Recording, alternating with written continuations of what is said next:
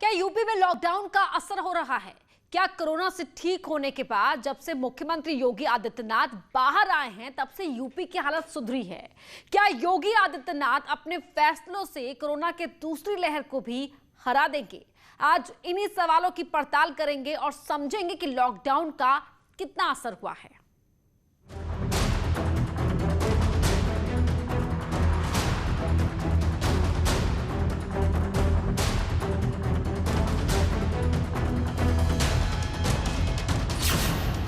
देश में लगातार चौथे दिन कोरोना के केस 4 लाख के पार।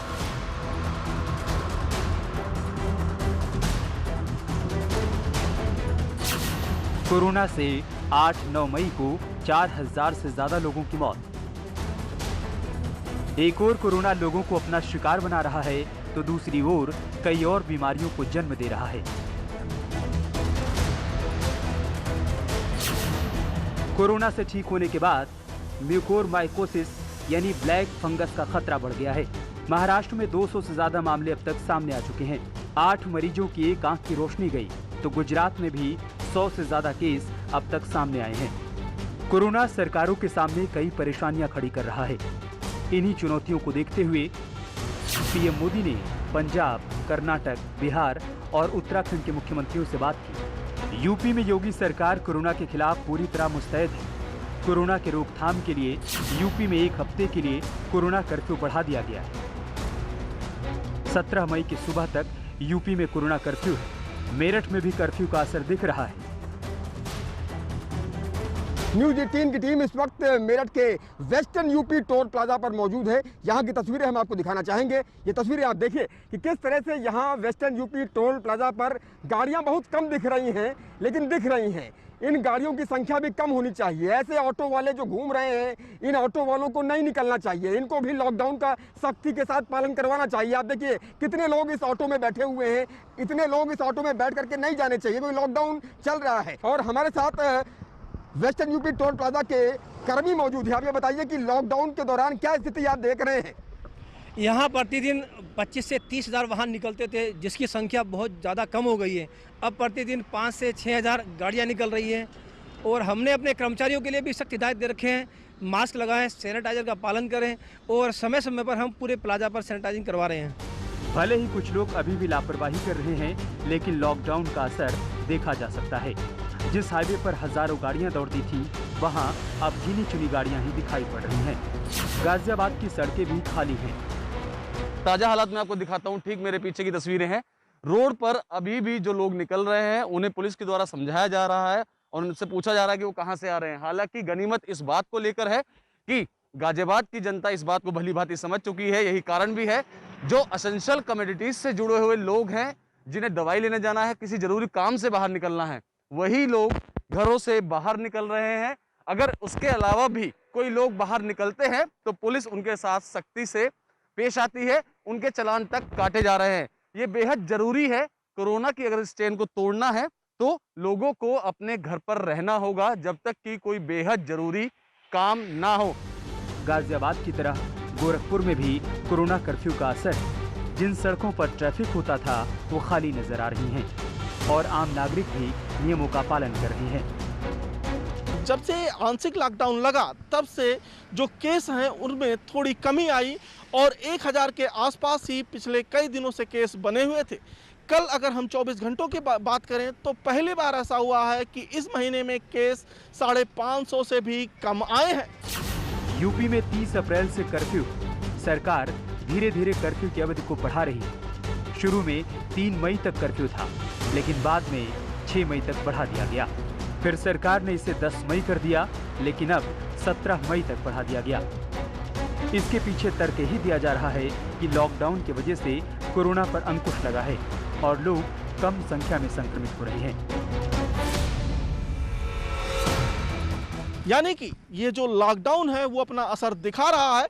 और जिस तरीके से पिछले दिनों जो है पंचायत चुनाव की मतगणना हुई और उसमें सोशल डिस्टेंसिंग की धज्जियां उड़ी, साथ ही जो कोविड प्रोटोकॉल है उसकी भी धज्जियां उड़ी थी, तो उसको देखते हुए कहीं ना कहीं ये लॉकडाउन बेहद ज़रूरी था और राज्य सरकार ने ये बहुत ही अच्छा निर्णय किया है। रामगोपाल द्विवेदी, न्यूज 18, गोरखपुर। 30 अप्रैल के पहले के आंकड़े और कोरोना कर्फ्यू के दौरान के आंकड़ों का विश्लेषण करने पर पता चलता है कि जिस रफ्तार से कोरोना फैल रहा था उस पर ब्रेक लग चुकी है और यूपी सरकार की कोशिशों से ज्यादा जांच के बाद भी आंकड़े कम आ रहे हैं।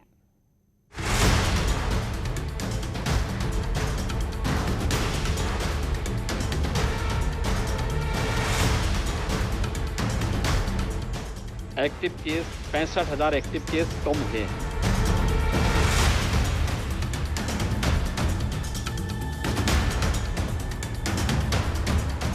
कोविड प्रबंधन को लेकर के जो कार्य योजना चल रही है, मुरादाबाद मंडल में भी इस दौरान 3500 एक्टिव केस कम हुए हैं। और इसी तरह से हर जिले में आंकड़े कम हो रहे हैं। अप्रैल के आखिरी 2 हफ्ते में सीएम योगी जब क्वारंटीन थे तब उस वक्त संक्रमण के मामले बहुत तेजी से बढ़ रहे थे। नीति आयोग के सदस्य ने पीएम मोदी की बैठक में यहां तक कह दिया था कि अप्रैल 30 से यूपी में 1 लाख से ज्यादा मामले आएंगे, लेकिन ऐसा नहीं हुआ। 29 अप्रैल को सीएम योगी का क्वारंटीन खत्म हुआ और उन्होंने मोर्चा संभाल लिया। सीएम योगी ने अस्पतालों का दौरा करने के साथ साथ व्यवस्थाओं को लेकर अधिकारियों के साथ बैठक की और आंशिक लॉकडाउन पर अमल किया। न केवल कोरोना महामारी के सेकंड वेव को लेकर के, बल्कि किसी अन्य संभावित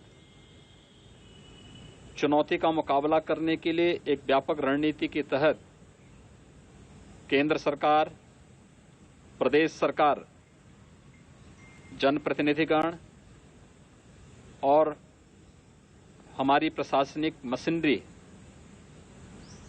हेल्थ वर्कर्स, कोरोना वॉरियर्स, ये पूरी मजबूती के साथ कार्य कर रहे हैं। और इसी का नतीजा है कि यूपी में कोरोना कंट्रोल में आ रहा है। आंकड़ों पर नजर डालें तो 28 अप्रैल को कोरोना के मामले 29,751 थे। 29 अप्रैल 35,104 नए मामले सामने आए और 30 अप्रैल को 34,372। 30 अप्रैल से ही यूपी में आंशिक लॉकडाउन शुरू किया गया था। उसके बाद से आंकड़ों में गिरावट दर्ज की गई। 1 मई को 30,180 नए केस, 2 मई को 30,857 नए मामले, 3 मई को आंकड़े कम हो गए और नए मामले 29,052 सामने आए। 4 मई को संख्या 25,770 हो गई। 5 मई को अचानक संख्या 31,111 पहुंच गई। इसके पीछे कारण ज्यादा जांच थी, लेकिन इसके बाद अचानक देखा गया कि ज्यादा जांच के बाद भी संख्या कम आने लगी। 6 मई को 26,622 नए मामले सामने आए। 7 मई को 27,763, 8 मई को 26,636। और इसी तरह जैसे जैसे जांच बढ़ रही है मामले कम आ रहे हैं, लेकिन पहले कम जांच पर ज्यादा मामले आ रहे थे। इस बात को सरकार ने आंकड़ों से साबित किया है। 25 अप्रैल को कुल 1,86,346 टेस्ट हुए थे। उनमें 35,614 नए मामले निकले। 26,633 मरीज डिस्चार्ज हुए। लेकिन 1 मई को चौंकाने वाले रिजल्ट सामने आए। सीएम योगी के आदेश पर जब जांच को बढ़ाया गया तो लगा कि मामले ज्यादा आएंगे, लेकिन ऐसा नहीं हुआ। अगर 1 मई का डेटा देखा जाए तो 2,96,000 टेस्ट हुए थे, जिसमें कि 30,317 नए मामले आए और 38,836 मरीज ठीक हुए। 3 मई को 2,29,000 टेस्ट हुए, 29,000 नए मामले आए हैं और 38,000 से ज्यादा मरीज ठीक हुए हैं। यानी प्रदेश की जो ट्रैक, टेस्ट और ट्रीट की एक नई नीति है, उसका असर दिख रहा है।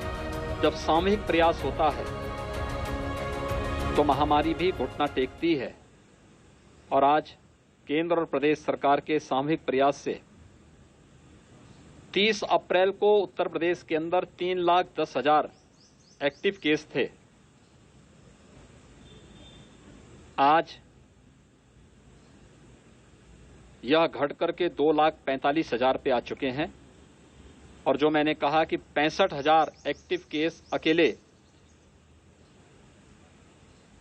उत्तर प्रदेश के अंदर पिछले 8 दिनों के अंदर कम हुए हैं। कोरोना की दूसरी लहर में संक्रमण दर पहली लहर से कई गुना ज्यादा है।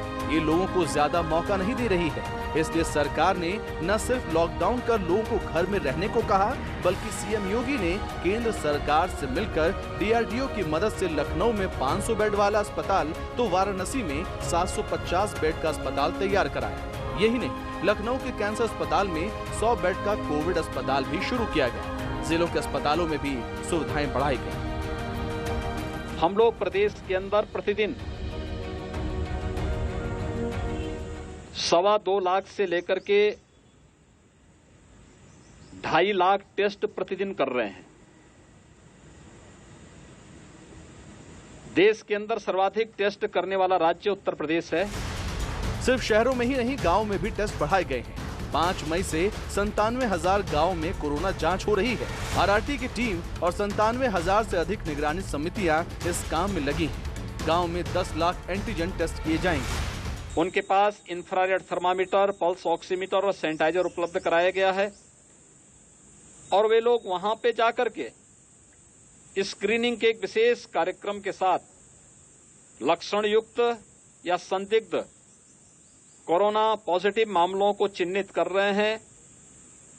रैपिड रिस्पांस टीम को उपलब्ध करा रहे हैं। रैपिड रिस्पांस टीम वहां पे जाकर के एंटीजन टेस्ट कर रही है। इन तमाम उपायों के जरिए योगी सरकार ने कोरोना को कुछ हद तक कंट्रोल कर लिया है। अब ऑक्सीजन की उतनी किल्लत नहीं है जो पहले थी। अस्पताल और एम्बुलेंस की व्यवस्था पर तुरंत उपचार दिया जा रहा है और यही वजह है कि ज्यादा जांच के बाद कोरोना के मामले कम आ रहे हैं।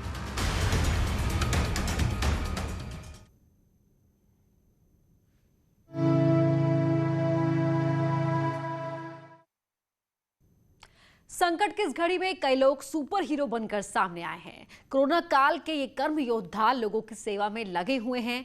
कोई जरूरतमंदों तक खाना पहुंचा रहा है तो कोई जीवन रक्षक उपकरण और दवाइयां।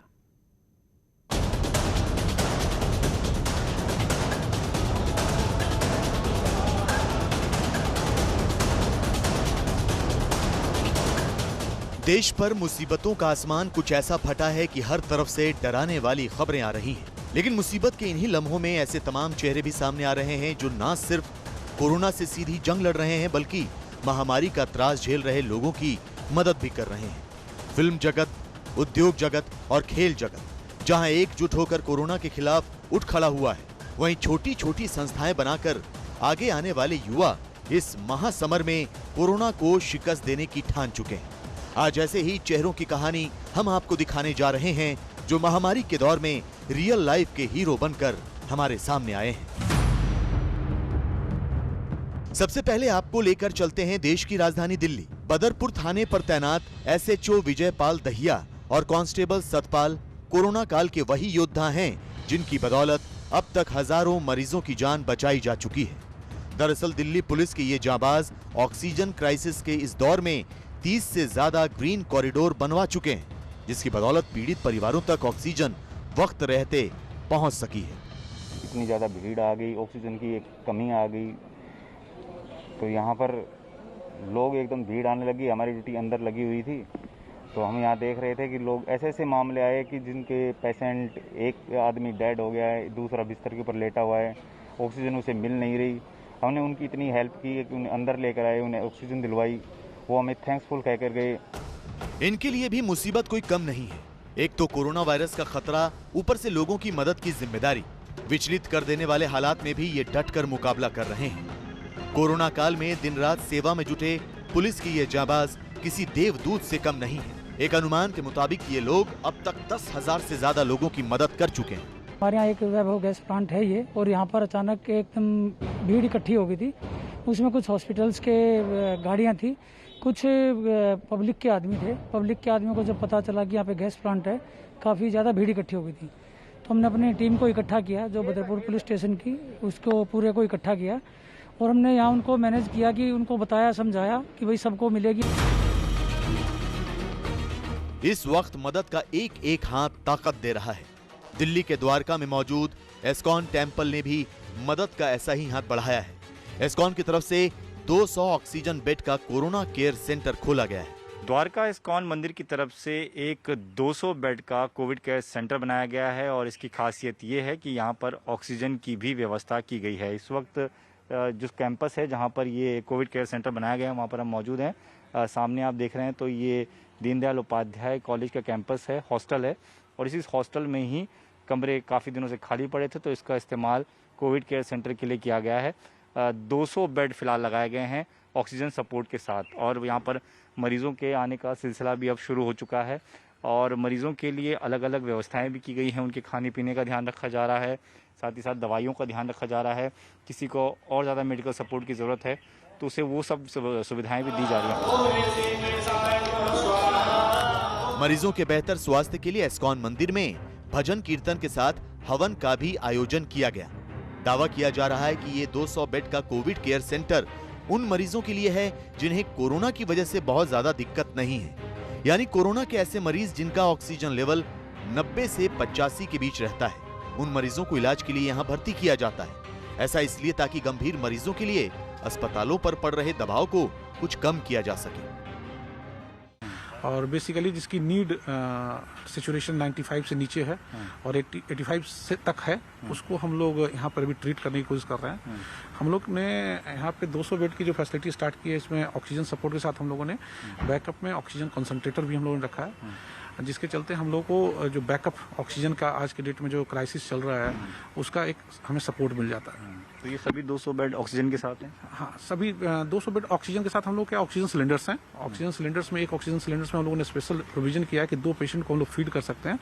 उसके लिए हम लोगों ने एक अलग से एक पार्ट होता है जो हम लोगों ने डेवलप करवाया है और इस्कॉन और बड़े बिजनेस के सपोर्ट से हम लोगों ने इसको अच्छे तरीके से मैनेज कर रहे हैं। हम लोगों ने यहाँ पे अभी जो 200 बेड की फैसिलिटी स्टार्ट की उसमें हम लोगों ने हॉस्टल था, इसको हम लोगों ने पूरी तरह से एक जनरल वार्ड में कन्वर्ट किया है जो हॉस्पिटल के लोड को कम करेगा और एक्चुअल जो नीड है जिसकी हॉस्पिटल को वो लोग जाए।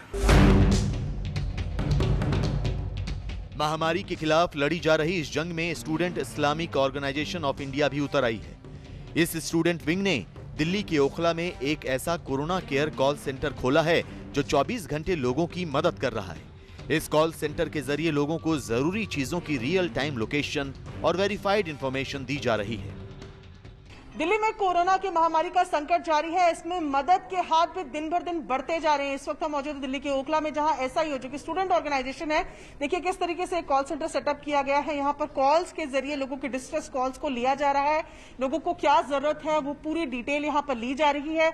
इन 2 डेस्क में कॉल्स को लिया जाता है, ट्विटर की मदद से भी मदद करने की कोशिश है। उसके बाद आगे जो डेस्क लगे हैं यहाँ पर लीड्स पता की जाती है, रियल टाइम जानकारी इकट्ठी की जाती है। दरअसल एसआईओ के वॉलंटियर ये पता लगाने में जुटे हैं कि दवा, बेड, प्लाज्मा और ऑक्सीजन जैसी जरूरतें इस वक्त कहां-कहां से आसानी से उपलब्ध हो सकती हैं, क्योंकि इस वक्त सबसे ज्यादा दिक्कत इसी बात की है कि कोरोना पीड़ितों को जरूरत की छोटी-छोटी चीजों के लिए दर-दर की ठोकरें खानी पड़ रही हैं। यही वजह है कि एसआईओ के वॉलंटियर इस काम में दिन रात जुटे हैं। ज्यादा जरूरत इस वक्त उनको जिस चीज की है वो वेरीफाइड इंफॉर्मेशन की है। हो ये रहा है कि सोशल मीडिया नंबरों से भरा पड़ा है, ऑक्सीजन कहां पर मिल रहा है, बेड कहां पर मिल रहा है, लेकिन जब आपका कोई परिजन बीमार है तो आपके पास उतना समय नहीं होता कि आप जो है उन नंबर्स को में से तलाश करें कि कहां आपको वो चीज मिल रही है। तो ये पूरी टीम का मकसद ये है कि हम लोगों को टाइम पर वो वेरीफाइड इंफॉर्मेशन चाहे ऑक्सीजन की हो, बेड की हो, प्लाज्मा की हो या मेडिसिन की हो वो पहुंचाए। और इसके लिए पूरे इंडिया में इस वक्त 1000 के करीब वॉलंटियर्स जो है काम कर रहे हैं, जो ऑन द ग्राउंड इंफॉर्मेशन खुद भी हासिल करते हैं और जो पब्लिकली अवेलेबल इंफॉर्मेशन है उसको भी वेरीफाई करते हैं। तो यहाँ पर मेन काम जो ये कॉल सेंटर कर रहा है ये कि अगर आपको जिस भी चीज की जरूरत है उसकी वेरीफाइड इंफॉर्मेशन यानी कि सही जानकारी और रियल टाइम जानकारी। जैसे कि अगर आपने पूछा कि आपको एक ऑक्सीजन सिलेंडर रिफिल करवाना है तो ये अपने लीड से पता करेंगे कि उस वक्त ऑक्सीजन सिलेंडर कहाँ रिफिल हो रहा है, उसकी जानकारी आपको दी जाएगी। किस तरीके से केसेस को हैंडल करते हैं इसके लिए ये स्क्रीन यहाँ पर लगी हुई है। जो केसेस सॉल्व हो चुके हैं वो आपको ग्रीन में नजर आ रहे हैं, जिन पर काम चल रहा है वो येलो में, जिन पर अभी काम करना है वो सफेद में। ये ऐसा वक्त है जब हर किसी के लिए दूरियां जरूरी हो गई हैं। लोग किसी के भी संपर्क में आने से बचना चाहते हैं। ऐसे में दालचीनी नाम की एक कंपनी ने दिल्ली एनसीआर की कुछ सोसाइटी में नो कॉन्टैक्ट वेंडिंग मशीन की शुरुआत की है। ये एक ऐसी नायाब मशीन है जिसमें आप अपने मन का खाना और स्नैक्स ऑर्डर कर सकते हैं, वो भी बिना किसी के संपर्क में आए। दिल्ली एनसीआर में लॉकडाउन चल रहा है और कोरोना महामारी के बीच लोग चाहते हैं कि वो कुछ अगर बाहर से ऑर्डर भी करें तो वो नो कांटेक्ट रहे, यानी कि किसी भी तरीके का ह्यूमन टच उसमें ना हो। इसी चीज का एक सोल्यूशन नजर आ रहा है इंदिरापुरम की एक सोसाइटी में, जहां पर आप देख रहे हैं ये वेंडिंग मशीन लगी है। इस वेंडिंग मशीन में ना सिर्फ स्नैक्स नजर आ रहे हैं बल्कि फुल मील भी दिख रही है, यानी कि चिप्स बिस्किट जैसी चीजें तो है ही, साथ ही यहाँ पर राजमा चावल, बिरयानी और रेडी टू कुक आइटम्स भी रखे गए हैं। प्रवीण यहाँ पर हमारे साथ है। प्रवीण, कैसे इस मशीन को आप ऑपरेट करते हैं, कैसे ऑर्डर कर सकते हैं? सो ये दालचीनी की कॉन्टेक्टलेस स्टोर है, जहाँ पर कोई भी इस बिल्डिंग के जो लोग रहते हैं वो आके कॉन्टेक्टलेस तरीके से प्रोडक्ट्स परचेज कर सकते हैं। किसी को अगर कुछ मील परचेज करना है, जैसे राजमा राइस है, उपमा है, पोहा है, तो उसको आगे अपने ऐप के थ्रू, दालचीनी ऐप उसके थ्रू परचेज कर सकते हैं। दरअसल ये सारा ऑर्डर दालचीनी नाम के एक ऐप के जरिए किया जा सकता है। आइए आपको दिखाते हैं कि कैसे इस वेंडिंग मशीन के जरिए आप अपना मनपसंद मील या स्नैक्स हासिल कर सकते हैं। कोई भी पर्सन आके यहाँ से अपना दालचीनी का ऐप से कॉन्टेक्टलेस तरीके से ऑर्डर प्लेस कर सकते हैं। ठीक है, तो यहाँ पर फुल मील के लिए हम ऑर्डर कर रहे हैं, क्योंकि दिन के वक्त अगर आपको खाना खाना हो, आप अकेले हो या बनाना ना आता हो, तो आपने इनकी ऐप से यहाँ पर ऑर्डर करना है और उसके बाद एक पिन कोड आएगा जो यहाँ डालना है। जी, एक आपको एक पिकअप कोड आएगा, ओटीपी जो आपको यहाँ पर, अब ये ओटीपी यहाँ पर डाल दिया गया है और यहाँ पर आपको दिख रहा है पेमेंट सक्सेसफुल हो गया है। वेंडिंग, अब यहाँ आप देखिए कि जो हमने ऑर्डर किया था वो राजमा राइस यहाँ आ गया है और आप इसको छूना नहीं होगा, आपको बस ये एक पैडल यहाँ पर है जिससे आपने इसे दबाया और आपने ये आइटम लिया और आप जा सकते हैं। उधर मुंबई में लॉकडाउन की वजह से कई लोगों की जिंदगी पर रोजी रोटी का संकट खड़ा हो गया। सबसे बड़ी चुनौती तो उन लोगों के सामने है जो फुटपाथ पर अपना जीवन गुजार रहे हैं। ऐसे लोगों के लिए एक वक्त का खाना जुटाना भी दूभर हो चुका है। लेकिन बांद्रा इलाके के 4 युवाओं ने मिलकर बांद्रा बॉयज नाम का एक ऐसा ग्रुप बनाया है जो निस्वार्थ भाव से इन लोगों के भोजन का बंदोबस्त करने में जुटा है। हमारे साथ हैं जिन्होंने कोविड संक्रमण से जितने भी लोग प्रताड़ित हैं, कोशिश कर रहे हैं कोविड से आगे बढ़ने की, उन लोगों की मदद के लिए अपना हाथ आगे बढ़ाया। ये 4 लोग हैं, इनको बांद्रा बॉयज के नाम से भी जाना जाता है, जो लोगों की मदद कर रहे हैं इस पूरे संकट कोविड में। जो है इन लोगों ने बहुत सारी चीजें की हैं, उनसे जानते हैं। डिसाइड किया क्या खाना किधर कैसे बनाना है, तो हमारा एक ढाबा है दोस्त का, सलीम नाम के, तो उनके पास जाते हैं, हम उनको बोलते हैं कि हम लोग को इतना फूड पैकिंग बनाना है, तो लगभग 350 से 350 गैस फूड पैकेट बनता है और वही पूरे बांद्रा खाल में डिस्ट्रीब्यूट होता है।